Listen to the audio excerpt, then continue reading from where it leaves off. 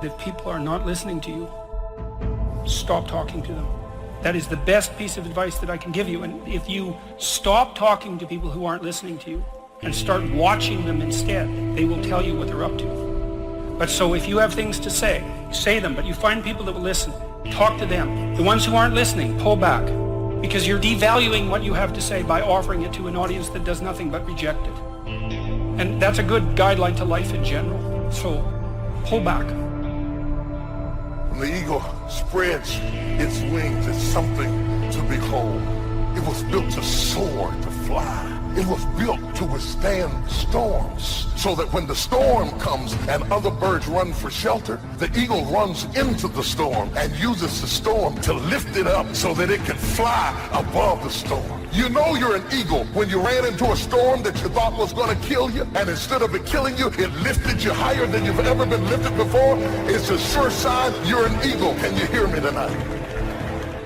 What you need is another eagle with wings and dreams and visions and concepts, who's not jealous of you, who's not intimidated by you, who's not fighting you. You know that it's an eagle when they're not jealous of you. You know it's another eagle when they can pray for you and help you to get to the next level. It's only the chickens that are down on the ground talking about everybody.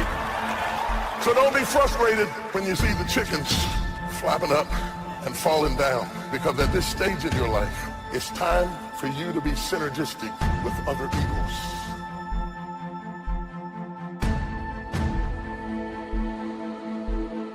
When you're an eagle, you're meant to rise up. We don't rise up when everything's going well. We rise up regardless. You're trained to rise up on your worst day. That's who you are. In the worst of circumstances. No place for whining, complaining, being anxious, being negative. It's totally unnecessary. Eagles live on another level. Eagles think on another level. Eagles dream on another level. Eagles function on another level. If you had somebody reject you, leave you, stop crying about it. It was just a chicken.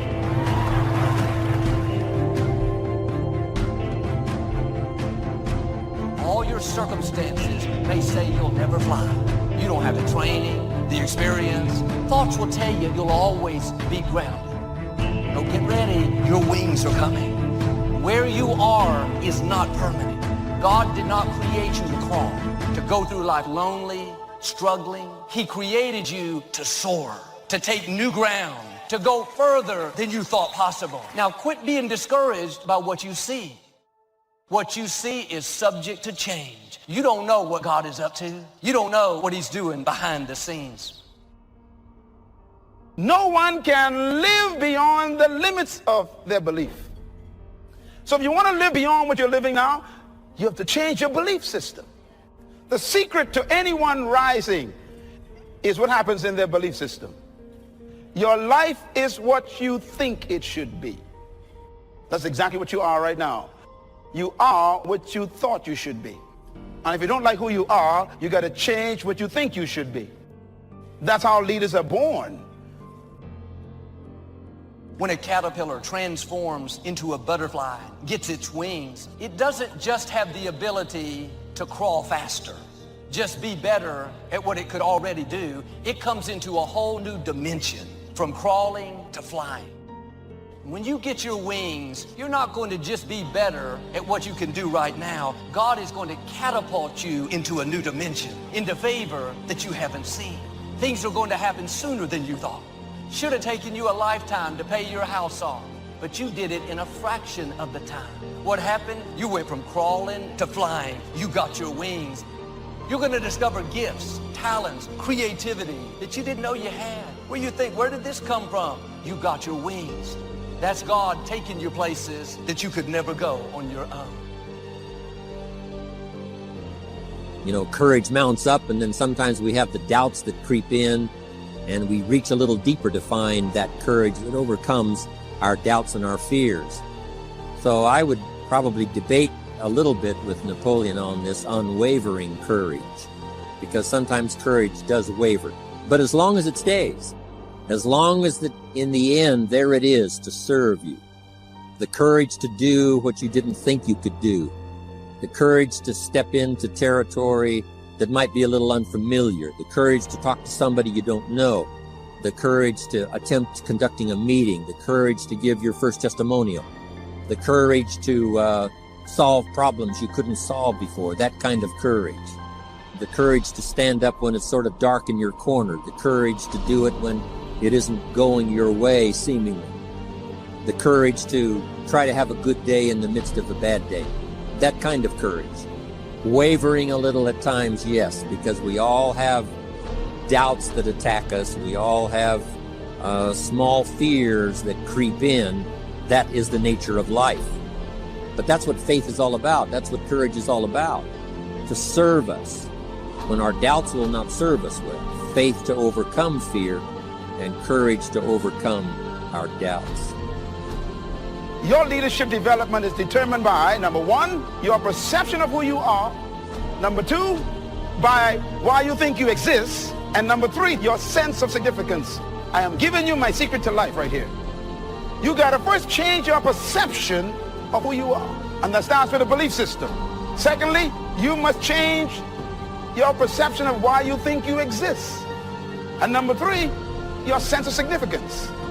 No matter where you are right now, it doesn't matter. I don't care what situation you're in now, where you're working, or what situation you're in. If you get these three things to come alive in this session, when I see you again, you'll have a story to tell me. If you're a person where all your friends come to you with their problems, that's because they see something in you. You're more balanced and stable. But you got to remember this old saying. If you're the smartest person in your group, you need a new group. It ain't nothing bad. You just got to upgrade people in your life. You cannot be the go-to person in the group. So, just upgrade your friends. Don't worry about it. You have a gift. You solve problems all the time. People pay for in this country, they pay for expertise in this country. The moment you're an expert at something in America, you can make $1 million. All you got to do is be an expert at one thing. Because we all have this warfare going on. It's going on in the world, the warfare between liberty and tyranny. In our own body, the warfare between health and illness. The struggle is on. The struggle between light and darkness. The struggle between good and evil. I call it opposites in conflict. And as soon as you're born into the world, as soon as you find yourself and discover yourself on this spinning planet headed somewhere, you know that this exists. To be a civilized society, we must drive the dark side of our nature into a small corner and let the positive side flourish.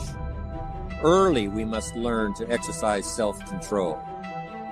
Power is a wonderful thing, but it must be exercised properly. It must be exercised to benefit, not to destruction, so that you can become the best example.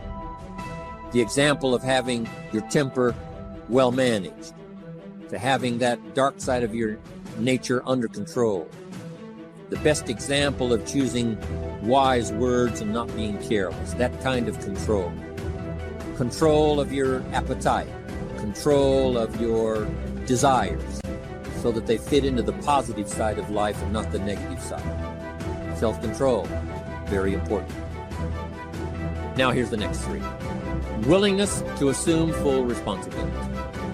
All of us have been taught that, to take full, 100% responsibility. What happened to me might not have been my responsibility, but what I do about it is my full responsibility. If a hailstorm destroys the farmer's crop, he wasn't responsible for that. But his responsibility now begins when the hailstorm is over, when he asks the question of himself, what should I do now?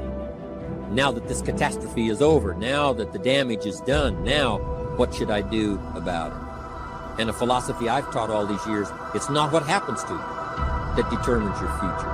It's what you do about what happens that determines your future. And this is a major part of it, accepting full responsibility.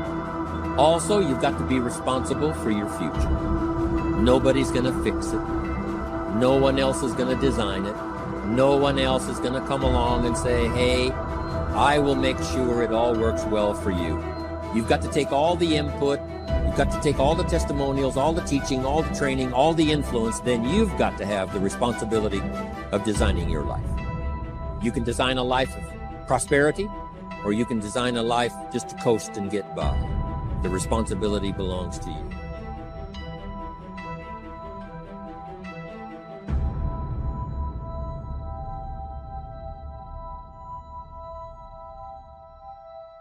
Discover that you are important to the human race, you are important to the world, you are important to your universe. You can never fully carry out the mandate of leadership if you don't have the mentality of leadership. It's about mentality. A matter of fact, integrating attitude and aptitude and altitude produces leadership. That's a lot of ops there. First of all, your attitude got to be right. Then you must marry that to attributes. That means gifts you were born with. Then you got to marry that to aptitude. That means now you got to educate and train those gifts. That's why you read, study, and go to school, for your aptitude to be increased. And then your altitude means you got to change the level of associations you are in. Here's the key to the good life. Learn to put everything you've got into everything you do. Whatever you are doing, pour it on. It will quickly open up into opportunity or quickly disclose to you that you ought to be doing something else. Here's the next attitude disease: indecision, mental paralysis. The guy can't make up his mind and it becomes a disease. Pretty soon he knows he's got it. A life full of adventure is a life full of many decisions. The ones that turn out to be wrong give you better experience to make better decisions. So don't see how many decisions you can get out of, see how many you can get into. That's where the adventure is. So shake off this disease, indecision. The next one is doubt. And one of the worst is self-doubt. There are many, but that's one of the worst. The guy doubts himself, doubts if he can do that well, doubts if he can make that much, doubts if he can accomplish all that. A chronic, excellent self-doubter. You can imagine what damage that does to your future. So here's the key. Turn this coin over and become a believer. And there's many things to believe in. One of the majors is yourself. The understanding of self-worth is the beginning of progress. Sometimes it's so easy to focus on how we lost during the day. Sometimes it's so easy to focus on, here's all the things that I did wrong for myself. A lot of us do that a lot. We beat ourselves up. We're like, hey, we didn't eat right today. It's a loss for the day. Hey, I didn't work out. It's a loss for the day. Hey, I didn't study today. It's a loss for the day. And I think so many times we beat ourselves up for all of our shortcomings when we really need to be focusing on what we did right. For a lot of us out there, we all have big goals and we're chasing after greatness in our life. And it's like, hey, in order for me to make change in my life, it's this big, overwhelming obstacle. And we're like, hey, I'm here, I need to get to here, and I want to make all that jump at once. When in truth, your success is not one big jump. It's actually a bunch of small, consistent steps. You continuing to show up for yourself. My mother said, Leslie,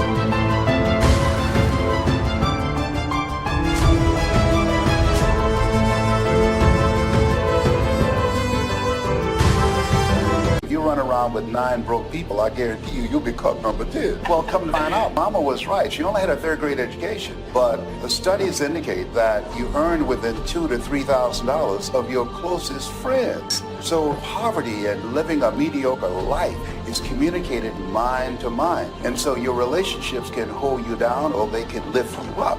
I teach people to practice the principle of OQP, only quality people. If you're the smartest one in your group, you need to get a new group. Your perception of who you are, you've got to change it. And most of our perceptions are other people's concepts of us, and therefore we don't have self-concept, we got other concept. What is your perception of who you are? And the second one, why do you think you exist? You got to discover that you were born for something. Some reason, there's some purpose for your life. If you don't discover that, you'll always have a job, and we'll bury you in an average grave with an average tombstone. Then he said a leader must have a keen sense of justice. How very true. Justice we become familiar with, even when we're small. When certain things that happened or were done to us that something told us that wasn't right. Someone did us wrong. We have that sense of right and wrong, and it starts very early. Then we have to have that sense of utilizing what's right and what's wrong so that we develop this sense of justice, this sense of being fair, this sense of being on the positive side, on the right side. To minimize a person's mistakes, they need to have this sense of justice. It's been a catastrophe in the last 6,000 years. The governments that resorted to power instead of democracy, that resorted to intimidation instead of freedom. And we all know the terrible toll that takes. But it takes a toll not only politically in a country or politically around the world, but it takes a toll even in enterprise. It takes a toll in school if a teacher is unfair. It takes a toll in working on a team where someone is unfair or where the leadership is not fair in the administration of justice. So this is true. A keen sense of justice and what's fair and what's right. Part of this we have to learn as we go. You don't have it all the first year. You haven't got it all the second year, the third year.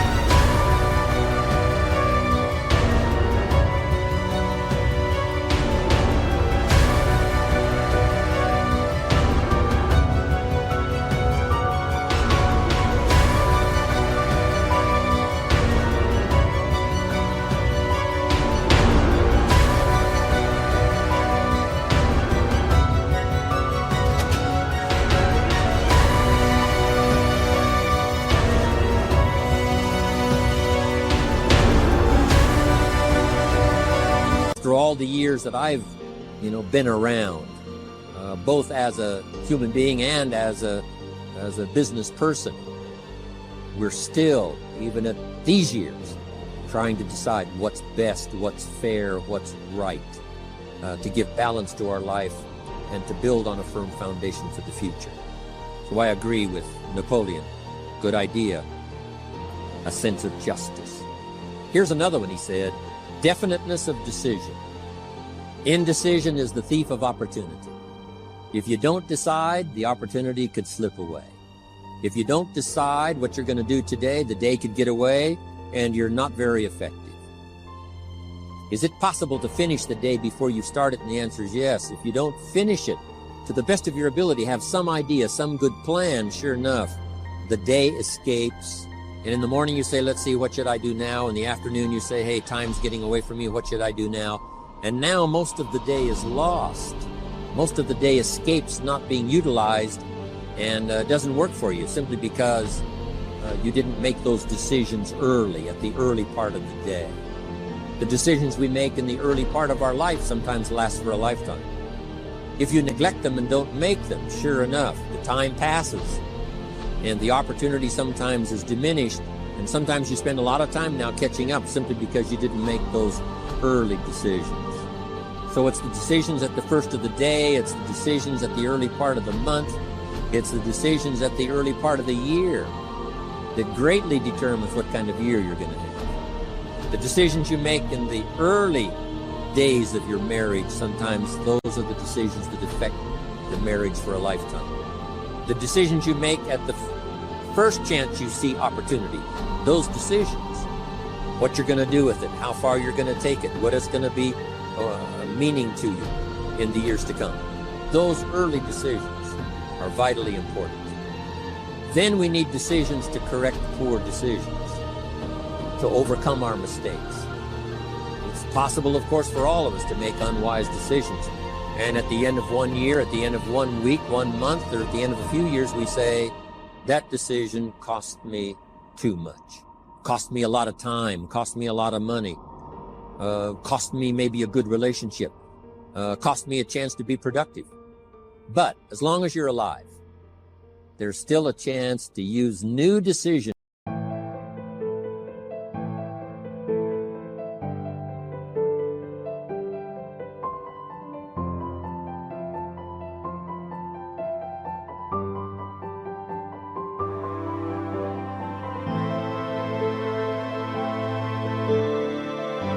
Power to correct the mistakes of decisions that were bad in the past. All of us have the opportunity to do that, but I think Napoleon was right here too. You got to be definite in making decisions so that the opportunity doesn't pass you by. Take advantage. Here's the next one. Napoleon Hill said, a good leader has definite plans. How important that is. Don't let this momentum pass you by. Don't let this momentum go uncashed in on. Don't let it be like a lost cause for you. And maybe you've, because of the lack of plans, have lost a month or two, or you've lost a week or two, or maybe you've lost a year and you were 10% effective instead of 100%. Now's the time to change all that and start making some plans. You got to have some plans for your family. All right, you got to take your family along. Don't leave them out. One of the challenges all of us have in making our plans is how to balance everything, to make sure that we don't regret at the end of the year, I spent too much time on that. I spent too much money. And then if you have, say, how can I not do that again? And construct some better plans so that you won't have any regrets at the end of a year to come, 5 years to come, 3, 4, 5 years to come. Definite plans. Plans for the use of your money so that you find yourself secure regardless of what happens. I agree with Napoleon here. You got to have good plans. One more on plans, and that is the plan for your personal development. The plan to be better this year than last year. The plan to take the classes, attend the workshops, do everything you possibly can to show personal progress. Not just financial progress, not just the progress of having one more car or one more home, but the progress of personality, the progress of communication skills, the progress in how to deal with people, progress in using your influence so that it multiplies its power by 5 by 10 versus what it used to be. You need those kind of plans. A plan for personal growth, personal development, a plan to be all that you can possibly be in the years to come as you develop in your life business and your family business, all of that. Got to have good plans. Next, Napoleon Hill had a good saying. It was something my father had and passed it on to me as a good philosophy, and here's what he said.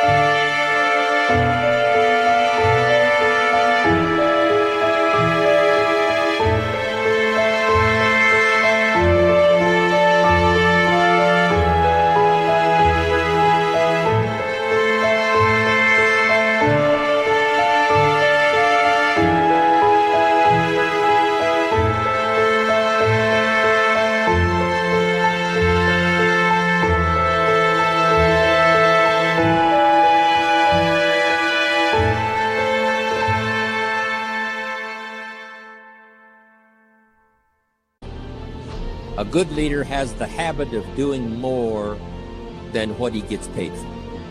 What an incredible philosophy this is. The habit of doing more than you get paid for. It's what we call the service that you put out like seeds in the ground that doesn't bring the harvest immediately, but the harvest is yet to come. It's called like putting out the capital in capitalism. Doing more than you get paid for means that you're getting ready for the next move up. Because if you do more than you get paid for, you've made an investment. The average person might think if I do more than the company requires, then they're ripping me off. I'm not getting paid for that extra time, that extra attention. But you must not view it that way. You must say, I'm getting there a little earlier, staying a little later, as an investment in my own personal future. Because I want that kind of reputation. I want that kind of philosophy to work in my life.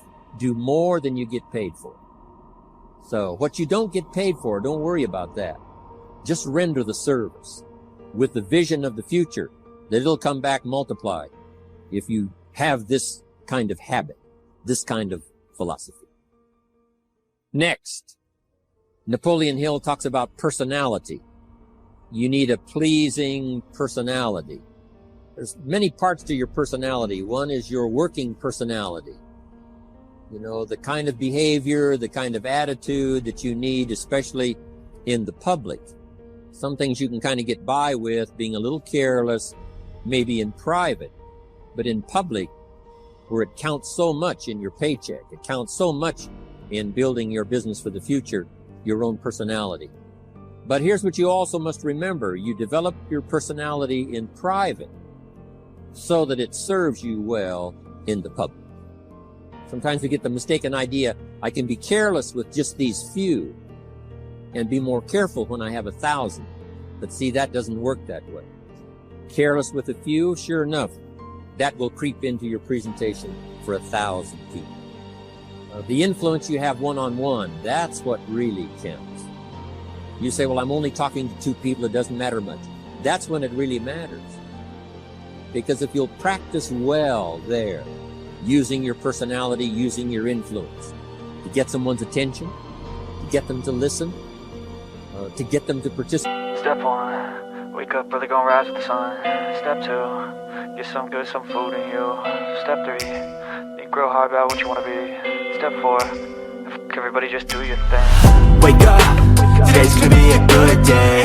Wake up, today's gonna be a good day. Wake up, today's gonna be a good day. Wake up, today's gonna be a good day. Wake up, today's gonna be a good day. Wake up, today's gonna be a good day. Wake up, today's gonna be a good day. Wake up, today's gonna be a good day. Yo, set your affirmations, aspirations. I got shit to do, the aftermath of preparation. Good food, good mood, blood in circulation. One step at a time, yeah, that's how you make it. Set a goal you control and the steps you take them. I try to pick one thought, have some concentration. And if I make a mistake, it's called education. I try to do this every day, call it replication. Wake up, today's gonna be a good day. Wake up, today's gonna be a good day. Wake up, today's gonna be a good day. Wake up, today's gonna be a good day. Wake up, today's gonna be a good day. Wake up, today's gonna be a good day. Wake up, today's gonna be a good day. Wake up, today's gonna be a good day. So life ain't easy, yo, I think there's a reason though. Ups and downs, just like every different season, yo. Sometimes I'm high, other times I'm barely breathing, though. I always gotta fight and hide from the demons, yo. Negative thoughts are poison, they rot.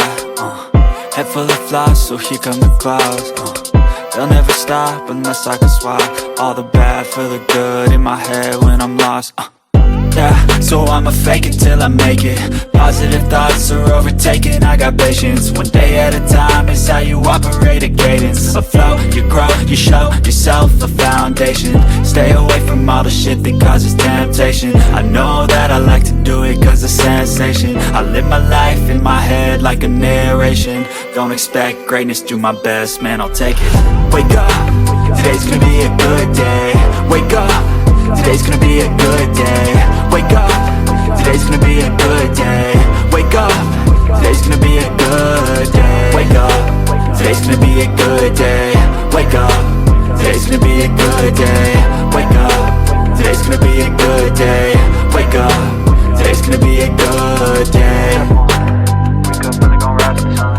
Step 2, get some good, some food in you. Step 3, think real hard about what you wanna be. Step 4, everybody just do